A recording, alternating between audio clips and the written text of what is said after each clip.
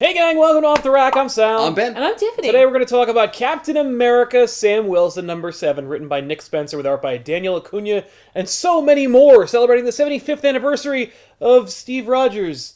Even though this is Sam Wilson's book, we're going to talk about Steve Rogers most of the episode. This is Sam Wilson's book? Yeah, this is Captain Falcon's book. That's surprising. Yeah, we'll get into it. I liked a lot of this book, and then at the end I was like, oh. I liked the book. It was fun. It's always nice to read like a good Cap book, no matter who's Cap. Yeah. Let's talk about the writer, Nick Spencer. He's great, and he's done a lot of different stuff. He's mostly quirky. He does a lot of like smaller characters, so it's interesting to see him do this take on this Cap. But I think he did a great job. Yeah, totally. I loved the banter between him and Bucky. Yep. Like he writes them well. They both have a voice that I can definitely hear. Yeah. I think it's cool. Yeah, they have a lot of history from the Brubaker run on Captain America, especially after Steve dies. Right. Yeah. It's just the two of them holding down the book with Natasha, who unfortunately doesn't get any screen time on this book except for a backup story, in which case she gets a whole backup story to herself, which is kind of fun. But yeah, I think that Spencer handles the characters well. He juggles the story. Clearly, he either wanted to make it all about this event that he's writing, or whatever. I don't know. It was cool though. I liked the shield toss back and forth. Yeah. Like, I saw a little bit of that from Civil War, and I'm like, so this is the Cap and Bucky tossing the shield back. Yeah. They gotta get that in there. Right. They got to work that in. I assume that he did that because he's like, he knows how to use the They've shield. both been Caps. Because They both he know was how to Cap. use the I shield. guess we're getting into spoilers. Right, so we're gonna big wreck spoiler. the book that came out last week, but here we go. Comes. It's weird in Sam Wilson's book celebrating the 75th anniversary of Captain America to bring Steve Rogers back as Captain America. Yes. Through the weirdest thing ever. Oh, come on. You saw that coming a mile away. As soon as yeah. he found her and walked into the bowling alley, I was like, well, he's going to be Captain America. It's funny, that's actually one of my favorite moments in the book is Steve Rogers coming back, but it's Yeah. actually, for me, the prelude to him coming back. The moment between Steve Rogers and Crossbones and this fight to the death. Yes. And I really, really like that moment. But then we have this beautiful double-page splash of Steve's life. Yeah. And him kind of like passing on into death. And then... And he robs himself of that. right. Well, the Cosmic Cube girl says, I can make you a person again, and you could be Captain America. And I was kind of hoping that he was going to go, no, I've had enough. Just let me die. That last phrase was, I can know peace. Yeah. And then it's like, no. Now, if she had... I thought it was cool that, clearly he chooses to accept it because she kind of puts out her hand. But I was kind of, hoping it was going to be more like, no. Like, her being like, no! You will never know peace! You will always be Captain America! Because you said we couldn't bowl! Yeah, we're gonna bowl, and you can't lift that shit! That's what it's all about, huh? Yeah, I don't know. She's like, now buy me some curly fries and a soda. At least Bendis didn't write her. There's a lot of other backups in here. The standout for me is the Joss Whedon, John Cassidy backup. I really didn't expect, when I saw the credits page, I didn't expect that to be your favorite, but then I read it and I was like... See, that's the thing. I like Joss Whedon and John Cassidy, when they do X-Men, it's freaking awesome. So I'm like, cool, it's gonna be great! And it was. I love John Cassidy's Captain America. I love John Cassidy's anything, so that works for me. When they announced it, I was like, oh, is Joss Whedon and John Cassidy gonna do a Captain America book? No, it's just this 3, 4, 5 pages. Yeah, but you get the Amerigun. It was hilarious. I could totally see Yep. people in a room thinking that was a great idea. I could also see Joss Whedon pitching that idea and thinking he was really clever. It's got 4 barrels, come on! Yeah. It's got 13 rounds, like the 13 colonies. Do you understand that I'm talking about a giant dick here? My favorite backup was the ballet story with Natasha. That was cool. That was okay. I was like, I read it and then went, huh, yay. Like, I really like that perspective where she was just like, it's art. Yeah. You fucking Philistine.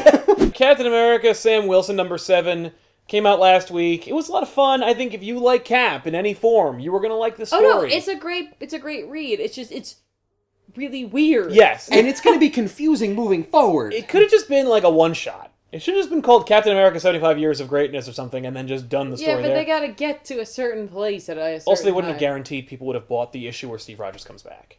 I'm not going to lie. I really wish that Steve Rogers had been decapitated by his own shield. Wow.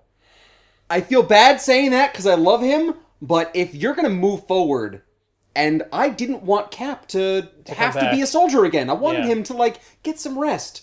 I think that's a great way to go out. Wow, no. I wanted him to die too, but only in that moment. Normally I was like, yay, get Steve back in the saddle. I meant the decapitation part. yeah. Like, I think that's... No, because it has Cap in the word. With that in mind, let's get into some recommendations for the books that are coming out this week. So this might be the second to last book. It might be the last book. I don't know. Might as well be. Green Lantern 51, written by Robert Venditti, art by Raphael Sandoval. It's cool stuff. I just love Green Lantern. Black Panther #1. This book is going to be written by Ta-Nehisi Coates, with art by Brian Stelfreeze. I'm going to be on board because I'm going to jump in with both feet and give it a shot. So check it out. Obviously, my recommendation is going to be Vision #6 comes out tomorrow. You should go pick it up. It's going to be by Tom King with art by Gabriel Hernandez Walta and Marco D'Alfonso. This title is the best thing Marvel's putting out. You should buy 1 through 6 and just read it because it's fantastic. This could be a huge book, and I think it's huge critically, but I don't know if it's huge commercially, and I don't know if it's huge in the scope of the Marvel landscape, but it should be. Like, this could be setting up some really cool shit, and at the very least, you're going to get a really cool story, but this could be bigger than it is. And of course, because Tom King is writing it, I'm going to buy all the Batman books by Tom King, because that is a great announcement. By the way, he used to be a CIA agent. So Really? Yeah. That's cool. Bringing all that shit with him. I totally get Vision now. Also, if you want to read like a Blade Runner kind of story or a Philip K. Dick and like, are robots alive? Do they have a soul? Maybe. Read Vision, because it answers that question or begs it. This is like the Vision family kind of story? Like Vision makes a family that no one asked for, and it goes as well as you'd expect. I'm going to recommend Scarlet Witch #5.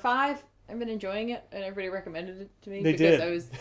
Because I'm very, like, set in my magic part of the Marvel Universe. But I was like, all right, fine. Written by James Robinson with art by Javier Pulido, which is, we're taking a...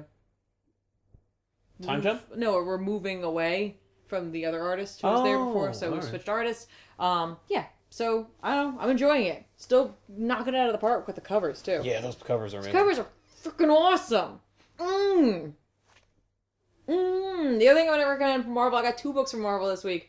Just 'cause I'm kind of excited about it. I just want to see what it's all about. But they're doing Spider-Woman Alpha #1, in which Jessica Drew is going to be, like, mentoring Spider-Gwen and Silk. Like, that's kind of cool. There's, like, 3 different writers on it. That's cool. It's Jason Latour, Dennis Hopeless, and Robbie Thompson. Oh, with cool. art by Yasmin Putri. Okay. That's kind of, it's like a neat idea. So I at least give it an issue. Like, I want to check it out. I guarantee you that will spin into a book called Spider Academy. Yeah? Yep. And then, you know me, I can't go without recommending an indie. There are a whole bunch of, like, cool things coming out this week, and if you are into indie, you already know about it, but there's something I want to share that's, it's close to my heart to some degree. It's actually sort of a reprint of a book because it was sold out when it was printed in black and white, but now it's in full cover. Ooh. So you want to go out and you want to get Grizzly Shark #1. Yes! Written by Ryan Oatley, with art by Ryan Oatley. I was introduced to Grizzly Shark when they did the crossover Grizzly Shark versus Sea Bear. Yes. So and I missed out on the black and white version, but now it's in full color. So, and apparently the black and white issue sold out. Wow. Sold out Grizzly Shark. Right? We're talking about a shark. That is also a bear. No.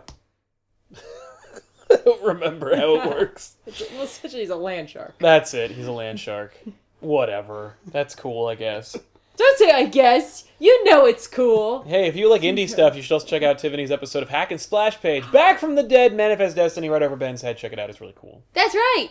And what's on the docket for the next Hack and Splash? Oh my gosh, we did a poll and we got like 189 votes. It was so close, but in the end, Paper Girls won out over The Walking Dead Volume 1. Wow. Yeah. It's hard to imagine. Right? But that doesn't mean you're not going to do Walking Dead. No, it just means that they're going to get put into another poll sometime. Cool. Right? Yeah. Look, guys. Oh, yeah. You remember? You remember he tweeted about... Oh, yeah, whether I should get the Spider-Woman or the Captain Marvel zip-up.